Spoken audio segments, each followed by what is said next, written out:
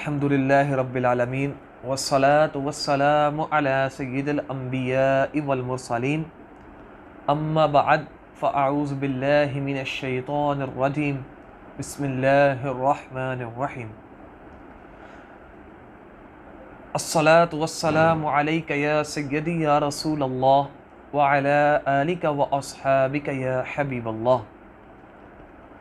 قرآن پاک میں اللہ بارک و تعالیٰ ارشاد فرماتا ہے وَأَقِيمُوا الصَّلَاةَ اور نماز قائم کرو، وَأَقِيمُوا الصَّلَاةَ اور نماز قائم کرو، وَآتُوا الزَّكَاةَ اور زکوٰۃ ادا کرو۔ رب کریم نے قرآن پاک میں بار بار نماز کا ذکر فرمایا ہے۔ تقریباً 700 سے زیادہ مرتبہ قرآن پاک میں نماز کا ذکر فرمایا گیا ہے۔ کہیں فرمایا گیا ان الصلاۃ تنہا عن الفحشاء والمنکر، بے شک نماز بے حیائی اور برے کاموں سے روکتی ہے۔ لیکن آج کل ہم غفلت کی نیند سو رہے ہیں۔ ہم صبح جب فجر کی اذان ہوتی ہے تو ہم کو نیند آنا شروع ہو جاتی ہے۔ ساری رات ہم موبائل یوز کرتے ہیں، ہم سوشل میڈیا یوز کرتے ہیں، لیکن جب کانوں میں حی علی الصلاۃ حی علی الفلاح کی صدا آتی ہے تو ہم غفلت کی نیند سونے لگتے ہیں۔ کیا تمہارے رب نے کبھی سورج کو حکم کیا ہے کہ یہ میرا نافرمان بندہ ہے، اس کے گھر میں تیری روشنی نہیں آنی چاہیے؟ نہیں کیا۔ کیا کبھی رب نے رزق کو منع کیا ہے؟ رب رزق اس کو بھی دیتا ہے جو نماز پڑھتا ہے، اور رب رزق اس کو بھی دیتا ہے جو نماز نہیں پڑھتا۔ پھر تبھی تو فرمایا گیا فَبِأَيِّ آلَاءِ رَبِّكُمَا تُكَذِّبَانِ، اور تم اپنے رب کی کون سی نعمت کو جھٹلاؤ گے؟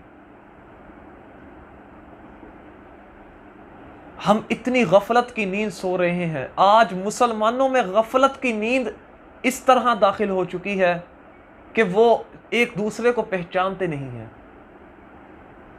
مسلمان کا بھائی ہے، اس کو یہی نہیں معلوم۔ ہم نے یار قبر کے لیے کیا تیار کیا ہے؟ قبر میں سب سے پہلا سوال کیا ہوگا؟ کیا ہم نے کبھی سوچا ہے کیا سوال ہوگا؟ قیامت کے روز سب سے پہلا کیا سوال ہوگا؟ کیا کبھی سوچا ہے کیا سوال ہوگا؟ نہیں سوچا، کیونکہ ہم دنیا میں ہم غفلت کی نیند سو رہے ہیں، جبکہ قیامت کے دن سب سے پہلا سوال کس چیز کا ہوگا؟ نماز کا ہی ہوگا۔ کیا بنے گا اگر ہمارا جواب نہ میں ہوا تو؟ عذاب والے فرشتے جب جہنمیوں سے سوال کریں گے ما سلککم فی سقر، ما سلککم فی سقر، تم کو کون سی چیز جہنم میں لے آئی؟ تو وہ کہیں گے وَلَمْ نَكُ مِنَ الْمُصَلِّينَ، اور ہم نماز نہیں پڑھتے تھے۔ کیا ہم اتنے گناہ گار ہو چکے ہیں؟ کیا کبھی انسان نے یہ سوچا ہے کہ یار میں اتنے گناہ کرتا ہوں، لیکن یار وہ جو اتنا کریم ہے، وہ جو اتنا رحیم ہے، وہ تو میرا ایک آنسو پسند کرتا ہے۔ وہ تو یہ کہتا ہے اے بندے اگر تو پہاڑوں جتنے بھی گناہ لے آئے میرے بارگاہ میں آ کر ایک آنسو بہا کر دیکھ لے، میں تیرے گناہوں کو معاف کر دوں گا۔ دیکھو وہ کتنا کریم ہے، وہ کتنا رحیم ہے، لیکن ہم نے کبھی ایسا سوچا نہیں۔ لیکن یاد رکھیں اگر وہ غفور الرحیم ہے تو وہ غیور بھی ہے۔ اگر اس نے پکڑ لیا تو اس کی پکڑ بہت سخت ہے۔ قرآن میں ارشاد ہے ان بطش ربک لشدید، بے شک تیرے رب کی پکڑ بہت سخت ہے۔ سوچے جب اس نے اگر پکڑ لیا تو پھر کیا بنے گا؟ اگر ہمیں قبر میں عذاب ہوا تو ہمارا کیا بنے گا؟ ایک بچھو کا ڈنگ 70 گز نیچے انسان کو زمین میں دھنس دیتا ہے، تو سوچیں ہم کتنے گناہ گار ہیں۔ ہمارے پاس تو کوئی ایسا عمل ہے ہی نہیں جو ہم رب کی بارگاہ میں پیش کر سکیں۔ ہم اگر نماز پڑھ لیتے ہیں تو ہم دکھاوا کرتے ہیں، اگر ہم کوئی نیک اعمال کر لیتے ہیں تو ہم دکھاوا کرتے ہیں، اب اگر ہم راہ خدا میں کچھ خرچ کر لیتے ہیں تو ہم دکھاوا کر لیتے ہیں۔ آج انسان غفلت کی نیندوں میں ڈوبا ہوا ہے، لیکن اس کو بہتر کیسے بنائیں گے؟ اس کو ہم خود ہی بہتر بنا سکتے ہیں۔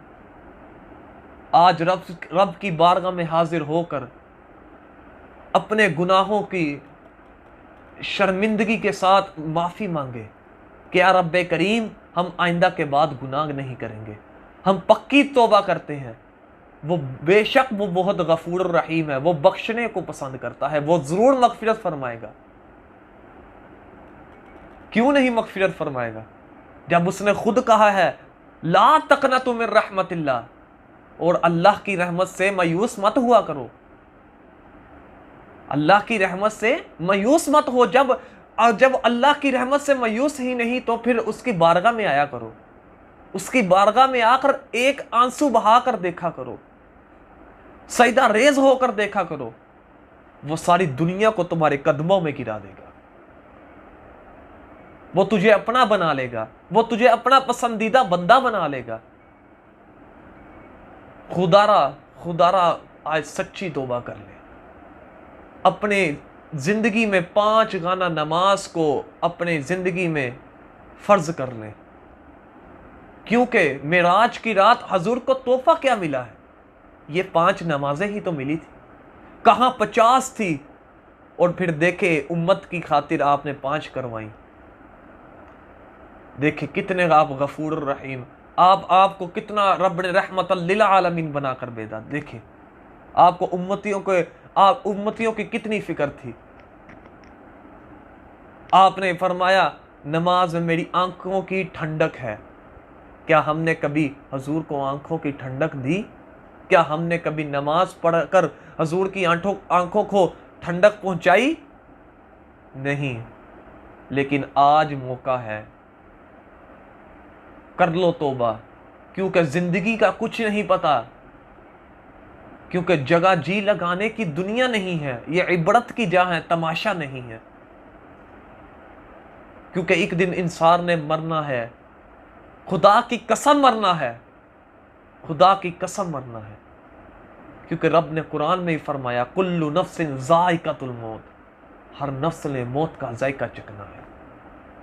اللہ بارک و تعالی ہمیں عمل کی توفیق عطا فرمائے۔